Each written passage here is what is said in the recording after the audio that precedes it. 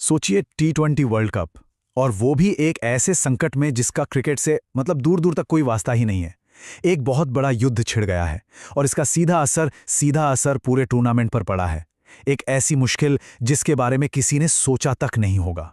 तो सवाल ये उठता है कि आखिर हजारों मील दूर हो रही एक लड़ाई क्रिकेट के इतने बड़े इवेंट T20 वर्ल्ड कप को भला कैसे रोक सकती है। सुनने में अजीब लगता है ना? लेकिन ये कनेक्शन बिल्कुल असली है और चलिए आज इसी को समझने की कोशिश करते हैं। तो देखिए, ये पूरा मामला एक जियोपॉलिटिकल कॉन्फ्लिक्ट से जुड़ा है। एक ऐसा संघर्ष जो भारत और श्रीलंका के क्रिकेट ग्राउंड से तो बहुत बहुत दूर हो रहा है, लेकिन इसकी आंच सीधे टूर्नामेंट तक पहुंच गई है। तो ये सब शुरू कैसे हुआ? इसकी पहली कड़ी थी जब अमेरिका और इजराइल ने ईरान पर हमला कर दिया। बस यहीं से वो चेन रिएक्शन शुरू हुआ जिसने सब कुछ बदल दिया। अब जाहिर है ईरान ने भी इसका जवाब दिया, पलटवार किया, लेकिन उनका निशाना थे गल्फ के देश। और इस जवाबी कार्रवाई ने सिचुएशन को और भी ज्यादा कॉम्प्लिकेटेड बना दिया। असल में ईरान के निशाने पर थे इन खाड़ी देशों में बने हुए अमेरिकन मिलिट्री बेस।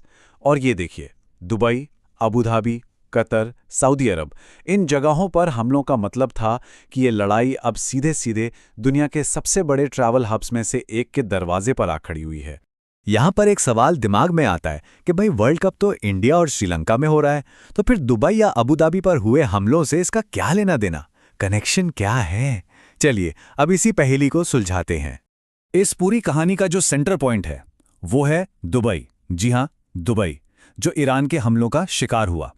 ये सिर्फ एक शहर नहीं है, बल्कि T20 वर्ल्ड कप के लिए समझिए ये एक तरह का नर्व सेंटर है जहां से सब कुछ कंट्रोल होता है।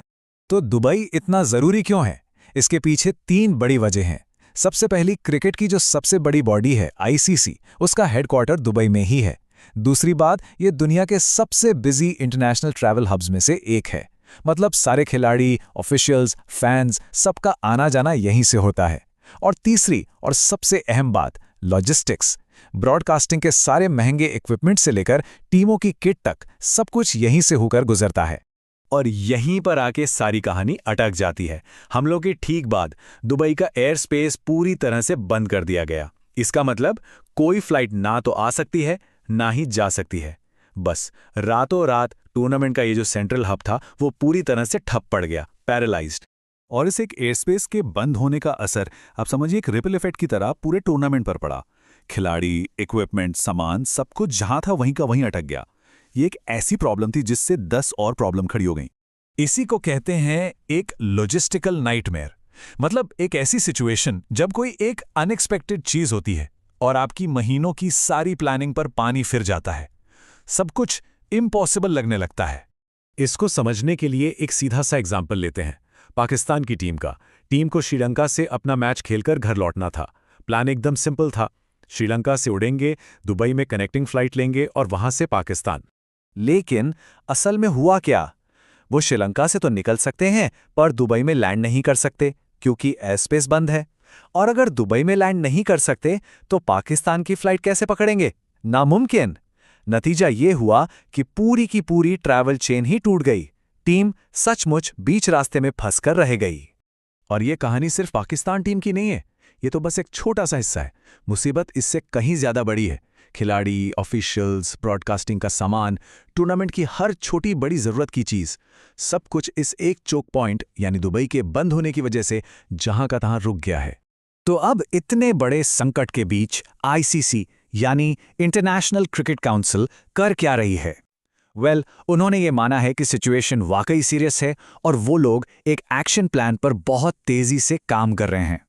ICC की तरफ से जो एक इंटरनल कम्युनिकेशन आया है उसके मुताबिक हमारी ट्रैवल और लॉजिस्टिक्स टीम्स पूरी तरह से एक्टिव हैं। हमारे सिक्योरिटी कंसल्टेंट्स भी अथॉरिटीज के साथ लगातार कांटेक्ट में हैं ताकि ये पक्का किया जा सके कि टूर्नामेंट बिना किसी दिक्कत के आगे बढ़े। तो ICC का प्लान क्या है? मोटे तौर पर वो 3 फ्रंट्स पर काम कर रहे हैं। पहला, जो लोग जहां तहां फंसे हुए हैं उनके लिए दुबई के अलावा दूसरे ट्रैवल हब्स और दूसरी एयरलाइंस के ऑप्शन खोजे जा रहे हैं। दूसरा, जो भी जरूरी सामान और इक्विपमेंट है उन्हें नए रास्तों से रीरूट करके मंगवाया जा रहा है। और तीसरा, सेफ्टी और सिक्योरिटी को लेकर लोकल अथॉरिटीज से लगातार बात हो रही है। ये पूरा जो एपिसोड हुआ है, ये एक बहुत बड़ी बात साफ करता है कि आज की दुनिया में ग्लोबल स्पोर्ट्स और जियोपॉलिटिक्स कितने गहरे जुड़े हुए हैं, एक दूसरे से अलग नहीं है। तो यहाँ एक बड़ा सवाल खड़ा होता है, भविष्य में ऐसे किसी भी संकट से निपटने के लिए क्या कोई बैकअप प्लान है? क्या कोई प्लान बी मौजूद है? या फिर हर बार हम बस ऐसी किसी अनहोनी का इंतजार करते रहेंगे और फिर रिएक्ट करेंगे?